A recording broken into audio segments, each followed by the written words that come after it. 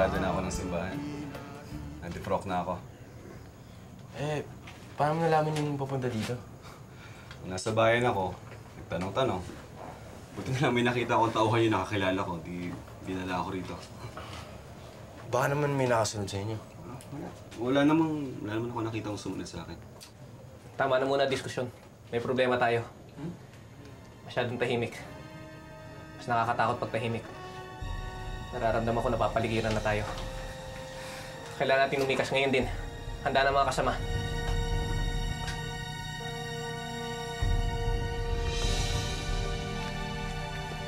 Meron pa tayong pwede pagtaguan.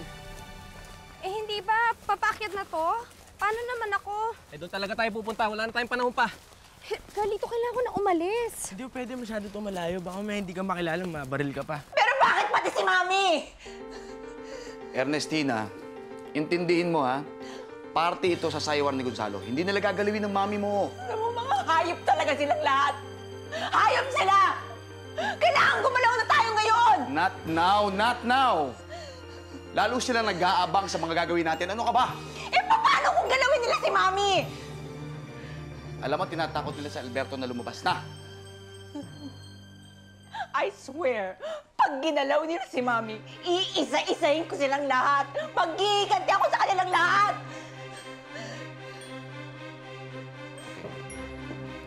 Relax ka muna, okay? Ang mabuti pa, bago ka magwala, kausapin mo muna si Amanda tungkol dun sa plano niya na pagsuko mo. Ano naman maitutulong nun? Malaki ang maitutulong nun sa mami mo. At ikaw, malaki rin ang maitutulong mo sa mami mo. At lalong-lalo na, sa laban natin. Hinuli nila si Mami para lang mapasuko ako. Akala ko ba wala kang pakialam sa pamilya niya? Wala na nga. Akala nila magiging good boy ako, ha?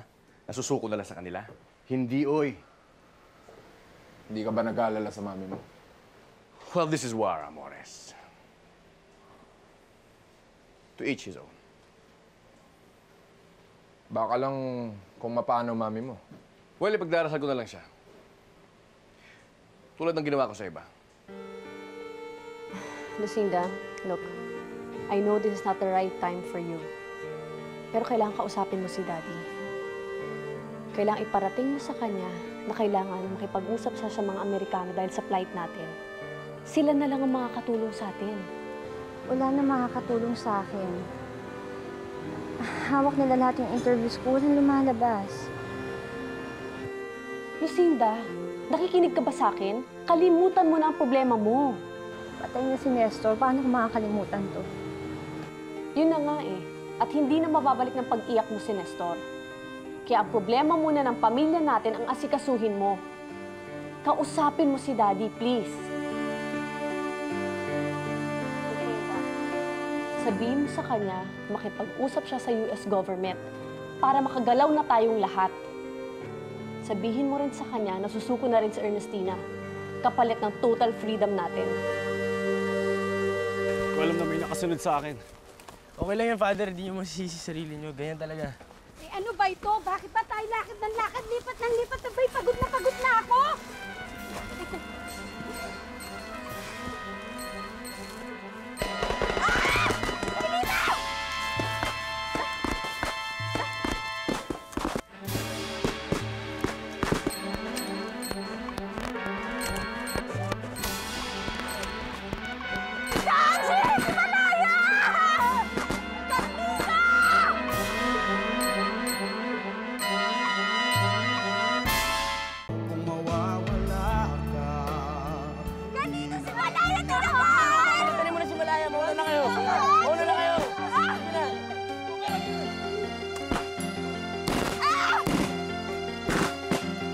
First lady ako.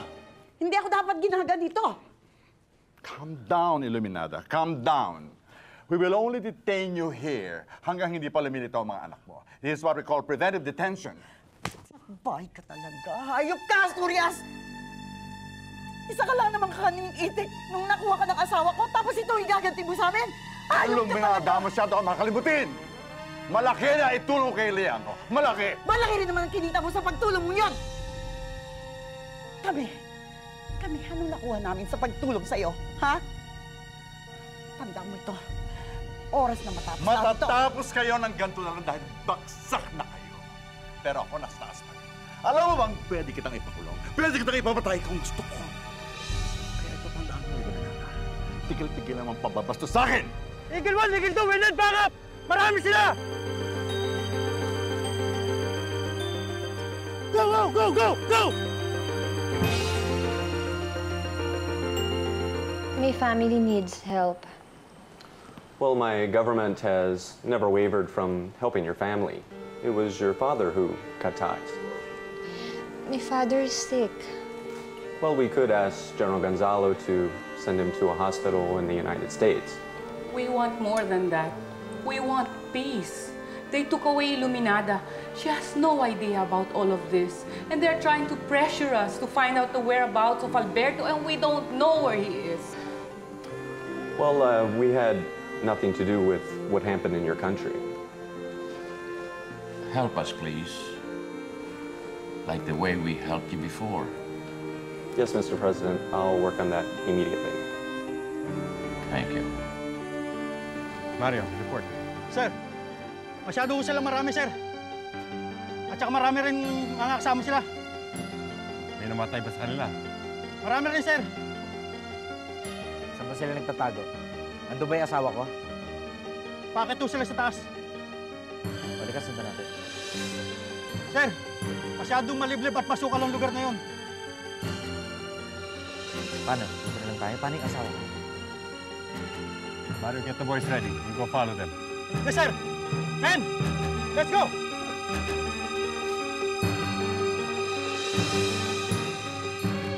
Bakit daw ipinahuli mo si Iluminada?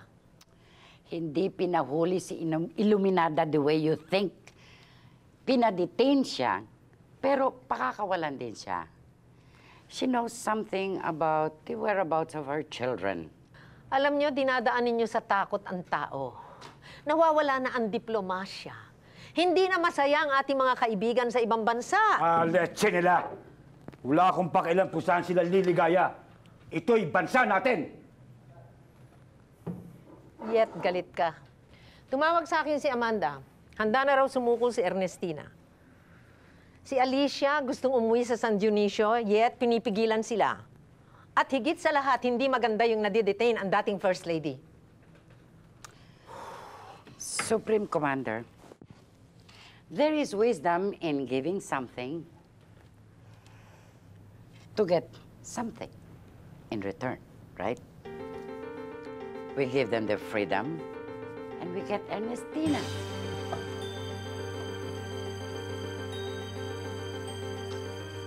Sarge! Sir! Get in touch with Major Vergara. Yes, sir! Sabi mo sa kanya, kakausapin ko yung Amanda. Yes, sir! Nakikipag-usap na ulit si Daddy sa Amerika. See? It only takes one meeting. Ako, pero Amanda, baka naman lalong magalit sa atin si General Gonzalo. Anong concessions daw ang ibibigay nila? Well, kung susuko si Ernestina, lifted ng house arrest nating lahat. Pati si Tita Iluminada. Paano na ang anak ko? Well, hindi na napag-usapan yun kung sasama na siya pabalik kay Rafael. Eh, si Alberto? Wala na akong pakialam kay Alberto, bahala siya sa buhay niya. Ang importante, nakalaya na tayong lahat. At magplano na tayong mag-ibang bansa. Sawag-sawa na ako dito. Malaya, huwag mo kami iiwan. Hindi ba natin siya pwede dalhin sa ospital? Hindi tayo pwedeng bumaba sa bayan. Nagkalat ang sundalo doon. Paano si Malaya? Ito, Carlito. Alala mo ko ito. Huwag kang magsasalita ng ganyan. Malaya, huwag kang magsasalita ng ganyan.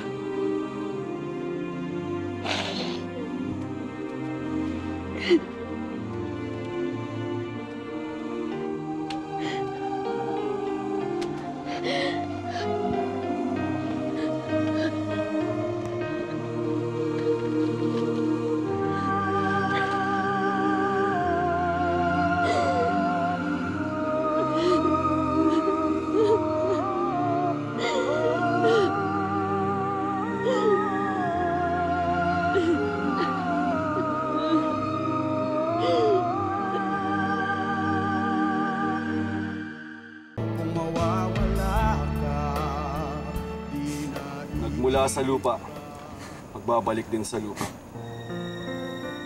Kapiling na ngayon ni Malaya ang Diyos. Huwag sana nating kalilimutan ang kanyang pagpanaw. Ito ang magiging simbolo ng ating pakikipaglaban. Mag-alay tayo ng sandaling katahimikan para sa kaluluwa ni Malaya.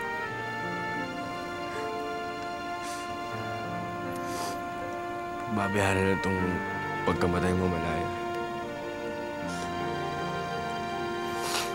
Napangako ko sa libing mo. Wala na ibang bata pa na malalagas dito sa gerang to. Ito ba talaga yung gusto ni Gonzalo? Yung mga batang namamatay? Huwag kang padalos-dalos sa emosyon, Carlito. Batang 6 na taon mo to. Walang edad na pinipili ang gera. Malalagasan pa rin tayo pagdaan ng panahon. Tanggapin mo ang mga nangyayari na walang kadikit na emosyon para makapag-isip ka ng malinaw. Rosa Camila, huwag kang mabibigla. Merong mga bumabang kasamahan para tingnan yung mga sundalo sa patag. Pero hindi lang yun. Nandun din si Rafael.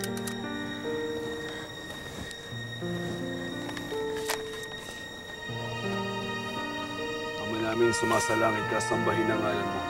Sa amin ang kaharian mo, sundin ang loob mo dito na sa lupa para ng sa langit.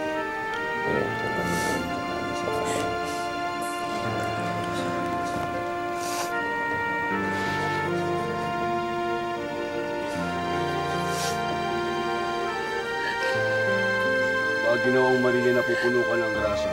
Ang Panginoong Diyos ay sumasayo.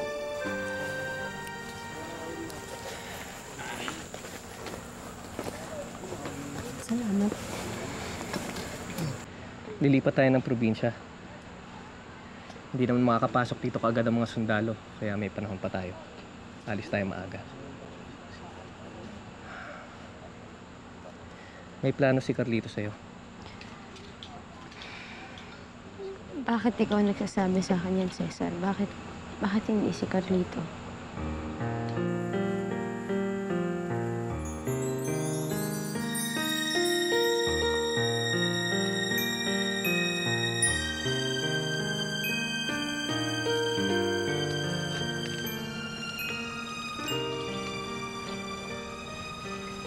Bukas pag labas natin sa parang, sumama ka na kay Rafael.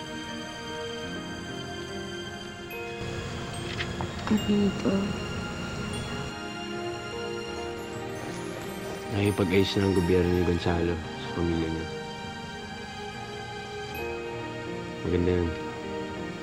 Alis na kayo papuntang ibang bansa. Sama mo na si Charlie. Paano ka? Dito na ako mamatay. Wala nang isipin pa si Rafael pagkatapos nito.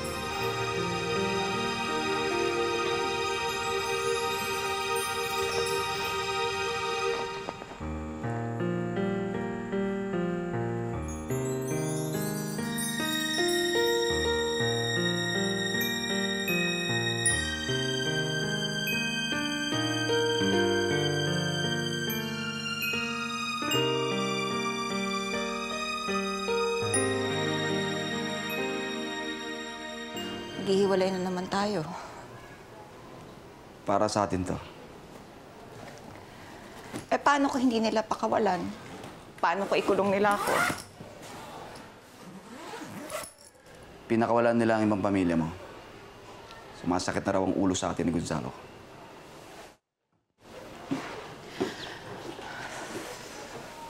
Si Mami.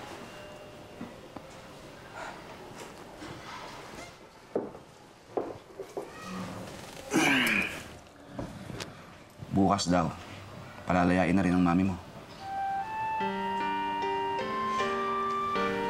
Alam mo,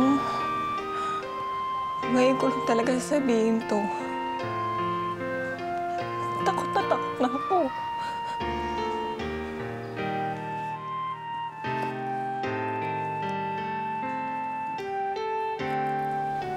Huwag ka matakot, ha? Hindi pa tapos ang laban natin. Huwag kang susuko. Huwag kang bibigay.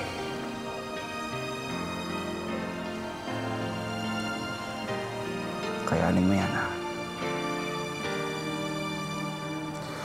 Alam mo, tama si Amanda. Kinakailangan isa sa atin ang nasa above ground para matulungan kami, ha? Okay, tatandaan mo. Pagkatapos ng araw na ito, meron pang mas maliwanag pa rito ang darating sa atin. Ha? Stop crying. Be strong.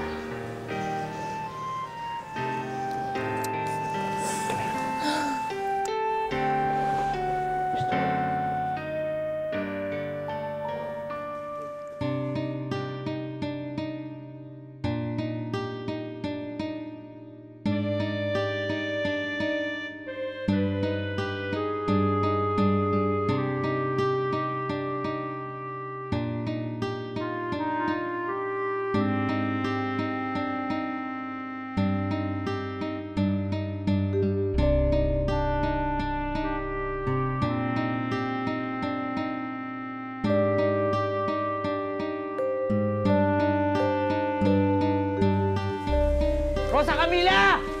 Rafael!